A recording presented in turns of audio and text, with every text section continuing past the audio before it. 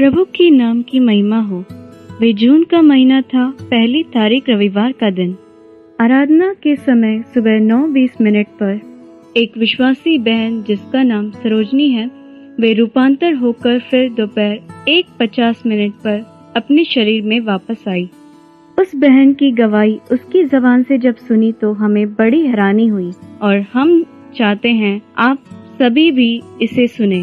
उनकी गवाही हालांकि दूसरी भाषा में थी, हमने इसे हिंदी में भाषांतर किया ताकि आप सभी को आसानी से समझ में आ सके। आइए चलते हैं सरोजनी की गवाही की तरफ।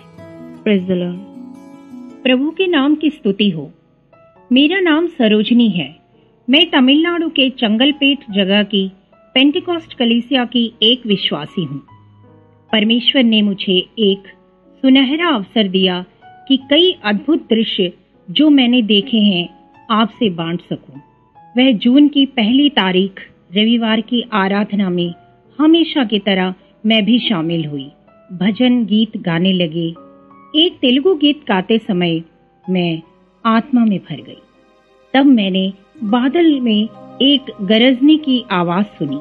मैंने आकाश की ओर देखा। देखते देखते आसमान का पर्दा खुल गया और प्रकाशमय ज्योति दिखाई पड़ी। उस प्रकाशमय ज्योति ने मुझे अपने आगोश में ले लिया और मैं उस ओर खींचती चली गई। ज्योति के चारों ओर स्वर्गदूत खड़े थे। मैं घबरा गई। फिर घबराहट के मारे मैंने आंखें बंद कर ली। फिर उस ज्योति की ओर से एक आवाज सुनाई दी, डर मत, तेरा परमेश्वर हूं मैं। अनंत प्रेम से मैंने तुझे प्रेम किया। सभी पीढ़ियों में से मैंने तुझे पवित्रताई के लिए अलग किया। उस आवाज ने मुझे बल दिया और मैंने जब आंखें खोली तो क्या देखती हूँ कि यीशु मसीह उस सिंहासन पर बैठा हुआ था। उसने अपने स्वर्गदूतों से कहा, इसे मेरे पास ले आओ। तुरंत 2 स्वर्गदूत कुछ भेंट लिए मेरी तरफ आने लगे। तभी एक जबरदस्त सामर्थ्य, एक अद्भुत अभिषेक मुझ पर उतरा। मेरे वस्त्र बदल गए और शरीर से अलग होते हुए महसूस कर रही थी। उन दोनों स्वर्गदूतों ने मुझे ले जाकर एक प्रकाशमय स्थान पर खड़ा किया। सिंहासन पर जो बैठा हुआ था मेरे पास आकर कहने लगा, डरो मत, मैंने तुझे अशुद्धता के लिए नहीं परंतु पवित्रताई के लिए बुलाया है। उसने अपना हाथ मेरी ओर बढ़ाया और उसके हाथ से जो लहू की धारा बही, उससे मैंने महसूस किया कि मेरे सिर की चोटी से लेकर पांव के तलवे तक मेरा पूरा शरीर शुद्ध हो गया। फिर एक प्रकाशमय ओढ़नी मुझे दिया गया। उसके बाद एक स्थान पर मुझे ले जाया गया। वह जगह जमीन के नीचे की ओर एक विशाल और अंधकार से घिरा हुआ गहरा मार्ग था। उस मार्ग में रोना, चीखना जैसी भयानक आवाजें सुनाई दे रही थी। मैंने महसूस किया वह एक नर्क है और उस नर्क की वादी में हमें आमंत्रित करने के लिए बहुमूल्य रंग बिरंगे वस्त्र, कई मनोरंजन के साधन जैसे टीवी वगैरह, अपार धन की गठरियां, ऐशो आराम की तमाम वस्तुएं वहां रखी हुई थी। घमंडी, लालची और कई शैतान वहां मौजूद थे। वहां शैतानों का मुखिया, जिसका रूप विकृत था, उसने गुस्से से पूछा, इसे यहाँ कौन लेकर आया? नर्क की जासूसी करने के लिए यहाँ आई है। मैं इसका नाश कर दूंगा। ऐसे अनाप शनाप बोलकर धमकी देने लगा और चिल्लाकर कहने लगा, ये मनुष्यों को मैं स्वर्ग में जाने लायक नहीं छोड़ूंगा।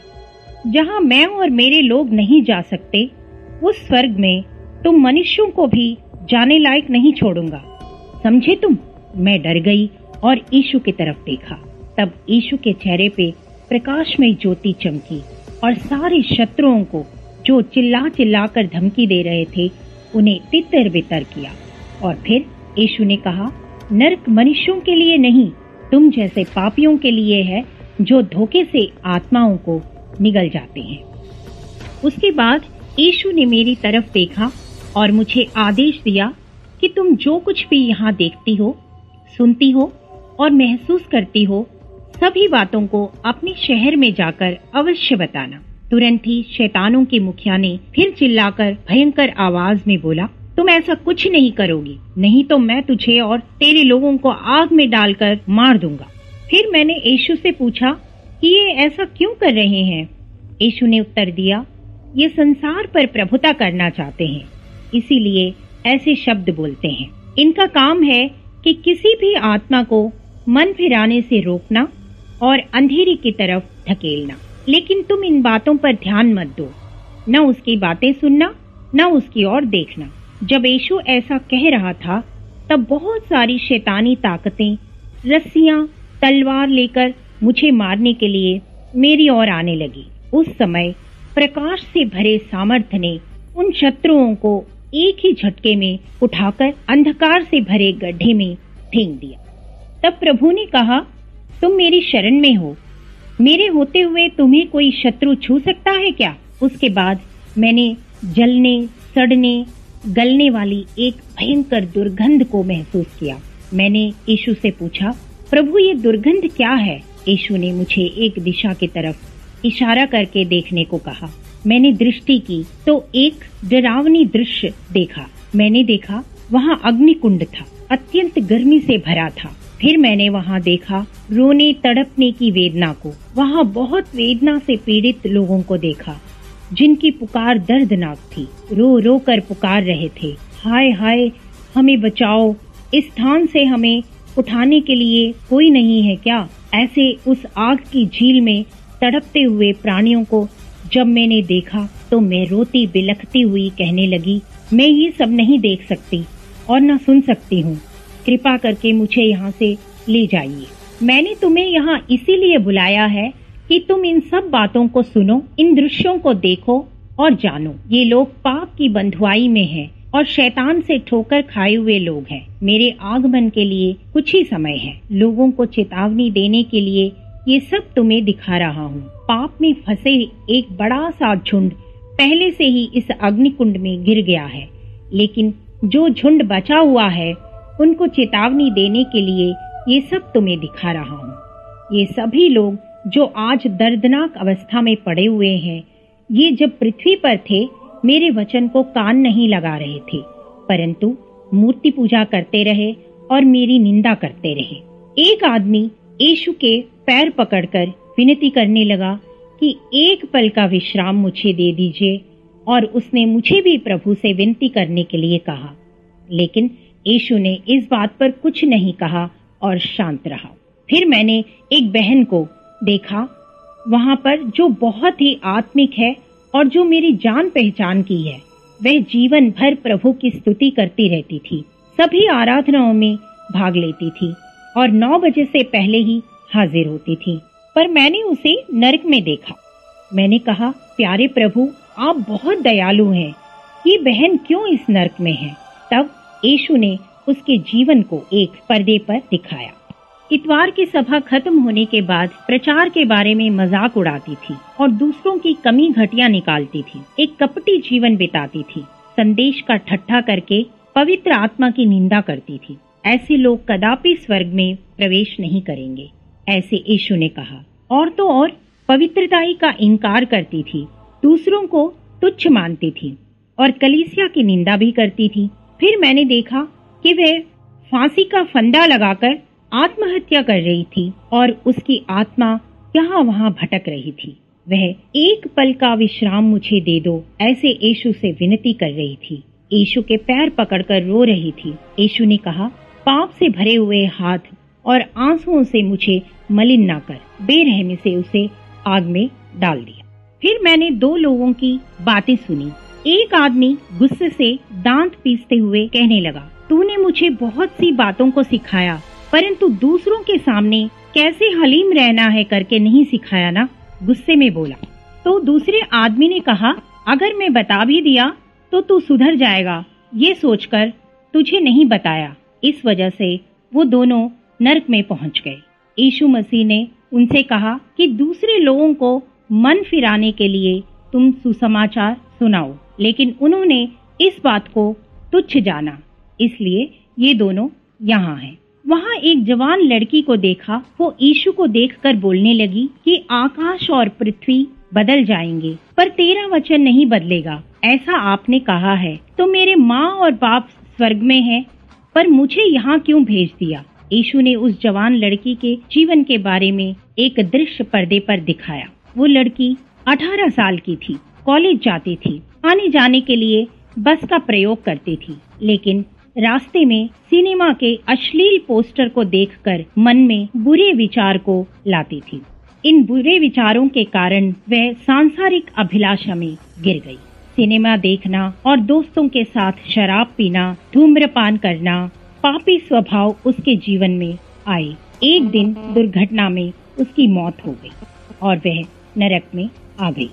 उसके बाद एक जवान लड़के को देखा था जो इधर उधर भाग रहा था। उसके शरीर से मिट्टी के समान कुछ गिर रहा था, पर जब मैंने गौर से देखा तो वो कीड़े थे। उसके शरीर के हर भाग में से कीड़े निकल रहे थे। जब वो लड़का पृथ्वी में रहता था, दूसरों को आकर्षित करने के लिए सुगंधित वस्तुओं का इस्तेमाल करता था। इस कारण वह मलिन हुआ और नरक में आ गया। उसका पूरा शरीर कीड़ों के कंबल से ढका हुआ था। और दूसरी जगह पर एक और व्यक्ति को भी मैंने देखा जो सो रहा था और उसके शरीर पर भी कीड़ों का कंबल था। यीशु ने कहा, जब वह आदमी पृथ्वी में रहता था तब आलस के साथ कुछ काम नहीं करता था और सोते हुए अपने सारे दिनों को उसने ऐसे ही बर्बाद कर दिया। इसलिए यह इसका प्रतिफल है। यीशु ने कहा कि जो लोग दूसरों को क्षमा करना नहीं जानते और दूसरों से घृणा करते हैं और उन्हें तुच्छ जानते हैं, वो सब नरक में जाएंगे और तड़पते रहेंगे और शैतान उन्हें सताते रहेंगे। वहाँ एक शैतान को देखा जिसके बहुत सारे सिर और हाथ थे, जो कि तब मैंने प्रभु से पूछा के समान दिखता था। वो एक इंसान को कुचल रहा था। ये सब क्या है? प्रभु ने कहा, उसके आवाज को ध्यान से सुनो।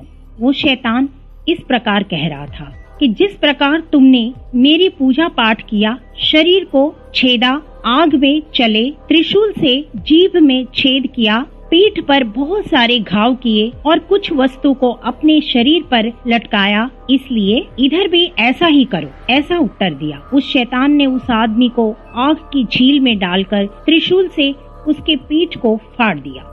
जब वह चिल्लाने लगा तब उसके जीभ में छेद कर दिया। दर्द से वह छुटकारा पाने के लिए चिल्ला रहा था। वहाँ मैंने एक और विशाल सर्प को देखा जिसने एक व्यक्ति को अपनी पूंछ पे लपेटा हुआ था।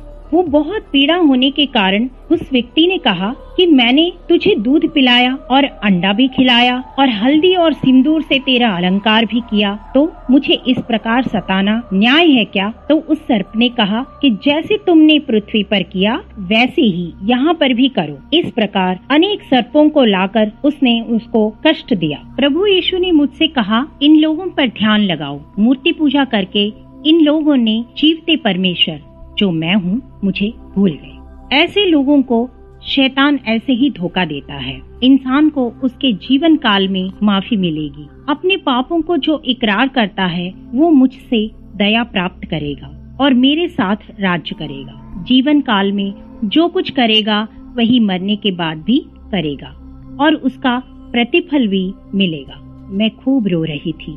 तब प्रभु ने अपने पंखों के नीचे मुझे छुपा लिया। जब हम निकल रहे थे तब मैंने एक आवाज सुनी कि हे पिता, मुझे अपने साथ ले जाओ।